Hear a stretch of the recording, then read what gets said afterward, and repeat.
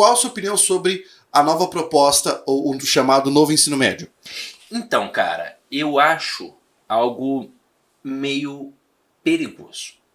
Tudo tem os dois lados da moeda, mas eu creio que nesta idade o adolescente ele não tem uma maturidade para saber de fato o que é bom ou o que é ruim para ele. Às vezes você tem... eu tenho 38 anos e faço escolhas erradas. Então imagina com 16, com 15, com 17 anos.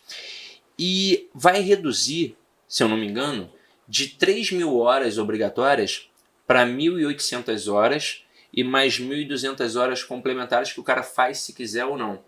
E nessa daí, ele provavelmente vai ter ou só um ano de física, ou só um ano de química, ou só um ano de biologia, ou talvez nem isso.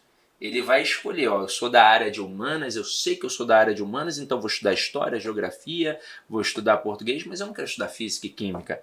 Eu sou da área de exatas, eu vou estudar física, química e matemática, mas eu não quero português, eu não quero história, eu não quero geografia. Só que todo conhecimento é válido. Com certeza. Todo conhecimento é válido. E quando você estuda para valer de fato, você não esquece e você usa isso. Futuramente a gente está vendo isso agora. A gente está vendo agora como pessoas estão ignorando o uso da vacina. A gente passou a vida inteira tomando vacina, aí agora não quer tomar. De pistola no braço. Eu lembro, eu tomava vacina sempre no mesmo local.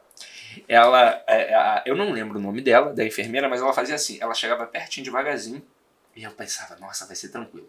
E aí do nada ela fazia assim, que isso? E aí eu voltava com um calombo no braço, era um sofrimento danado tomar essa vacina. E ela sempre me arrebentava. Mas a gente passou a vida inteira tomando vacina, nós estudamos ciências, no ensino médio estudamos biologia, estudamos química, nós erradicamos algumas doenças. Sarampo, por exemplo. E eu tive sarampo. Cara, quase morri de sarampo. Então, por que hoje negar isso? E é fruto de as pessoas não estudarem mais ou não quererem mais estudar. Pois é, eu tenho uma preocupação em relação a essa ideia de fazer um ensino médio vocacionado, e isso não vai ser igual para todo o Brasil. Porque as escolas serão obrigadas a ofertar pelo menos uma formação, uma espécie de formação continuada, nessa formação vocacionada. Enquanto outros vão ofertar 6, 7. Sim. Sabe? Então a desigualdade dentro da educação ainda vai aumentar. Exatamente, vai aumentar. Exatamente, esse distanciamento social, esse distanciamento de formação, né, vai aumentar. E isso acaba me lembrando muito a educação tecnicista. Sim. Parece que é uma espécie de renascimento da educação tecnicista. Sim, porque o cara ele fica muito bom numa coisa e nas outras ele tem uma dificuldade tremenda. Eu lembro uma vez que eu estava conversando com um amigo meu de geografia e a prima dele estava perto. E a prima dele é médica. E nós estávamos conversando sobre diversos assuntos, falando sobre filmes, sobre livro, política, economia, não sei o quê, diversos assuntos. E em determinado momento ela falou assim, nossa, estou me sentindo muito burra perto de vocês. Aí na hora, nós dois, como assim burra? Você é médica? Ela mas eu sei só sobre o meu nicho. Eu estudo tanto o meu assunto que eu não tive tempo para estudar outros. E vocês estão aqui há 1 hora falando e eu não domino 10% do que vocês falaram aqui.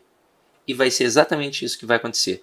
O cara vai saber cada vez mais sobre cada vez menos. Inclusive é um problema dentro do universo acadêmico. Exato. Às vezes o cara sabe tudo sobre a fricativa alveolar, né, lá da África, mas ele não sabe fazer análise sintática. Exatamente. Aí ele entra com aquela frase famosa, não, mas gramática não serve para nada. Exato.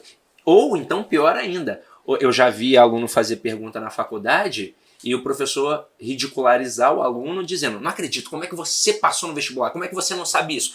E aí, caramba, os outros em volta nunca mais vão fazer uma pergunta. Exato.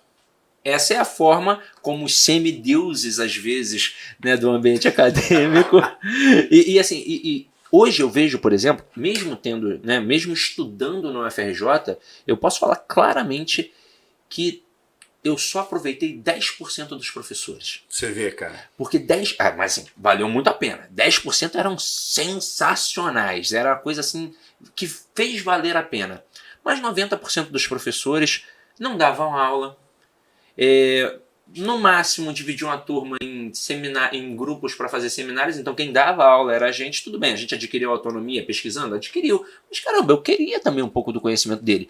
Vários faltavam, vários só panfletavam politicamente. Na época, a gente não tinha nem noção para poder entender. Não tinha nem noção. E quando finalmente davam aula, a gente falava assim, nossa, que sensacional, por que não fez isso durante o semestre inteiro? Pois é. Então, assim, é claro que o ambiente acadêmico é um local para a gente pensar, para a gente criar as nossas ideias, mas a gente tem o direito de criar sozinho. Então, assim, eu acho que às vezes eles pecam muito por não ministrar a aula, porque eu queria é a aula. E você voltou para o ambiente acadêmico, você sabe muito bem que isso acontece muito, né?